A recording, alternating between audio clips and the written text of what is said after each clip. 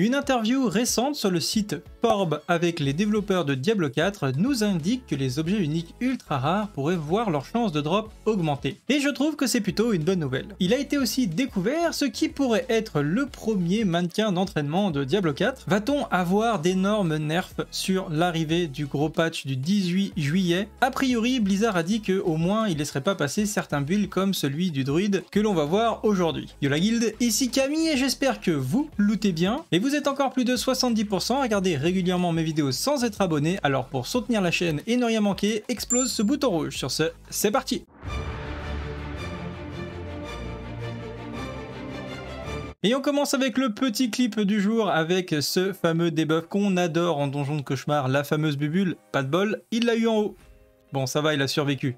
Non, je rigole. Alors, vous avez une énorme interview, hein, elle est assez importante. Je ne vais pas forcément tout vous décrire aujourd'hui, mais on va essayer de récupérer la plupart des informations. Je vous ai traduit l'intégralité de l'interview sur mon site internet camilabs.fr et vous avez évidemment le lien en description. Juste avant qu'on attaque ça, d'ailleurs, je vous rappelle que vous avez 2 giveaways en cours sur Discord. Vous avez encore une fois le lien en description avec une clé CD Diablo 4 à gagner. Vous avez le lien ici, vous cliquez dessus pour participer. Vous avez toute la procédure qui est expliquée et également une statuette de Lilith de à peu près 30 cm. Les tirages seront faits en direct sur ma chaîne Twitch à partir de la semaine prochaine et vous n'avez pas besoin d'être présent sur mon stream pour pouvoir avoir une chance de gagner ce tirage au sort. Vous vous inscrivez, vous recevrez un mail si vous avez gagné. Également sur le Discord, on a bien réaménagé la zone d'échange, donc si ça vous intéresse de faire du trading pour la saison 1, j'ai rajouté beaucoup d'options qui va vous permettre de filtrer la plupart des différents objets et je vois qu'il y a beaucoup de gens qui ont commencé à l'utiliser avec les nouveaux filtres, donc n'hésitez pas. Et si vous avez un doute sur la valeur des différents objets que vous souhaitez poster, vous pouvez toujours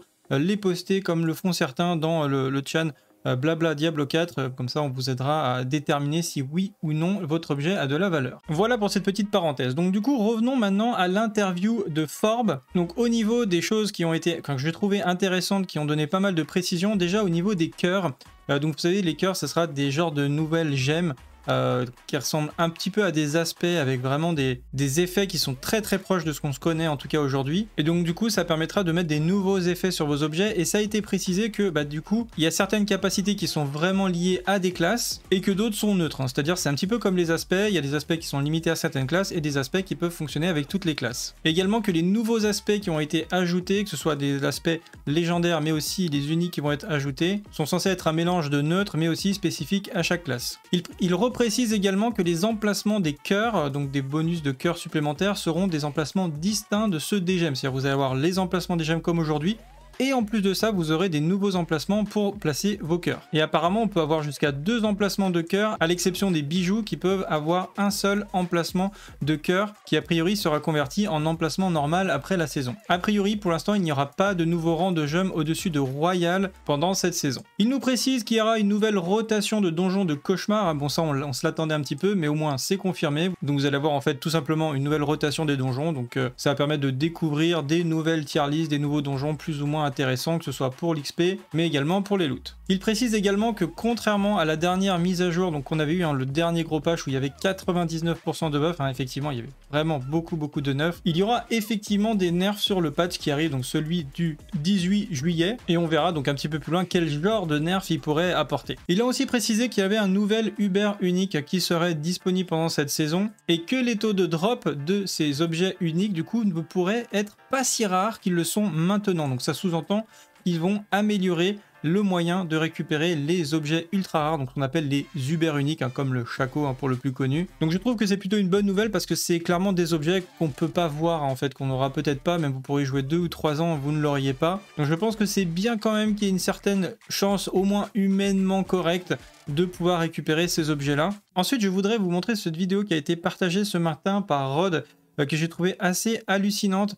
Et en fait, tout simplement, c'est un nécromancien qui a trouvé le moyen de tout simplement one-shot Lilith. Donc pour faire simple, il a passé peut-être 1 heure ou 30 minutes, 1 heure, je ne sais pas, à faire apparaître avec certaines compétences en fait des orbes de sang. Normalement, ça vous sert à vous soigner, mais avec certains aspects ou mécaniques ou talents, je ne sais pas trop exactement, ça lui permet tout simplement de faire apparaître, de faire des dégâts. Ça fait des fantômes en fait qui sont projetés sur la cible à proximité. J'ai pas le nom de la source, désolé, je joue pas nécromancien.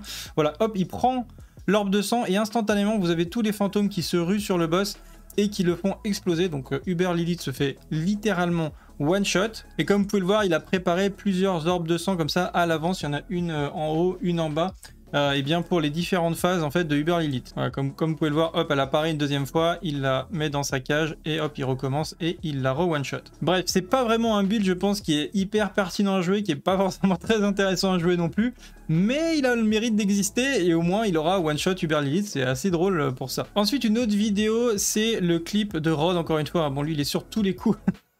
Mais il nous a montré en fait quelque chose de très intéressant, à commencer par tout simplement un mob. Alors il y avait deux choses en fait d'intéressantes. Alors déjà c'est évidemment les dégâts qu'il va mettre, je sais pas si vous voyez la ligne de dégâts en haut, je sais même pas combien ça représente, mais en gros l'idée c'est qu'il y a une sorte de mob qui est intuable, une sorte de mannequin, qui va vous permettre potentiellement de tester un petit peu vos compétences, de voir peut-être vos max dégâts. Évidemment ça va être difficile de mesurer le DPS sur ce genre de boss, mais voilà, vous pouvez potentiellement tester vos compétences, voir un petit peu ce que ça donne en termes de max dégâts en étant toujours sur le même mob qui a toujours la même armure. Donc ça peut être une bonne référence, je trouve, pour faire des tests. D'ailleurs, si ce mob reste en place, ça pourrait être intéressant de se baser sur son armure de ce mob là, notamment par rapport à notre fichier Excel de calcul de dégâts pour ceux qui le connaissent. Alors je vous confirme déjà que le mob existe bien, il se trouve tout simplement dans cette zone à côté du relais Alzuda, et donc vous pouvez le taper comme ça à l'infini, ça va vous permettre un petit peu de voir et de tester vos dégâts. Ça peut être intéressant par exemple de changer une pièce d'équipement, de voir est-ce que je fais plus de dégâts avec telle ou telle arme. Ça peut être un bon moyen en tout cas rapide de tester les changements sur votre équipement. Ensuite allons nous voir un nerf du druide pour le 18, et bien oui, je pense qu'effectivement les druides n'y couperont pas, mais à mon avis ça sera pas les seules classes.